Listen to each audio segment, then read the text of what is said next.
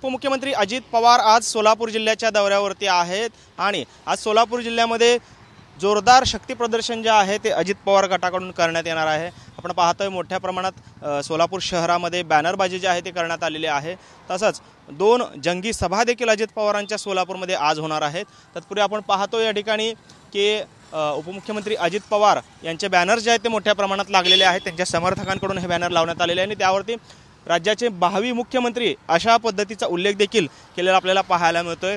अजित पवारांचे भावी मुख्यमंत्री असा उल्लेख करणारे बॅनर सोलापुरातील विविध भागांमध्ये लागल्याचं देखील आपल्याला पाहायला मिळतंय। मोठ्या प्रमाणात बॅनरबाजी जी आहे ती करण्यात आलेली आहे। भव्य असे 70 फुटांचे कटआउट्स देखील या ठिकाणी लावण्यात आलेले आहेत। उपमुख्यमंत्री अजित पवार असतील आणि त्याचबरोबरीने प्रदेशाध्यक्ष सुनील तटकरे यांचे देखील बॅनर्स या ठिकाणी लावण्यात आल्याचं आपल्याला पाहायला मिळतंय। खरं तर शरद पवारांचा मागील 2 आठवड्यांपूर्वीच दौरा झालेला होता। त्यामध्ये मोठ्या प्रमाणात शरद पवारांनी भेटीगाठी आणि मेळावे घेतलेले होते।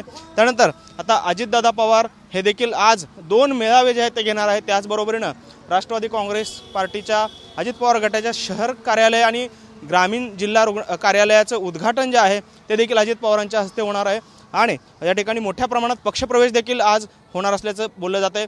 जवळपास 4 ते 5 माजी नगरसेवक आज अजित पवार गटामध्ये डेरेदाखल होत आहेत आणि हजारो समर्थकांसह ते आपला पक्षप्रवेश जो आहे तो आज अजित पवारांच्या उपस्थितीत या ठिकाणी पार पडणार आहे।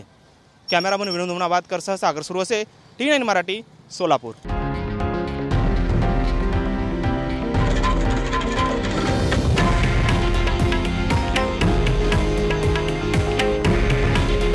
हे आहे देशातील नंबर 1 न्यूज नेटवर्क आणि आपण पाहत आहात TV9 मराठी। काळजी तुमची, हित महाराष्ट्राचं।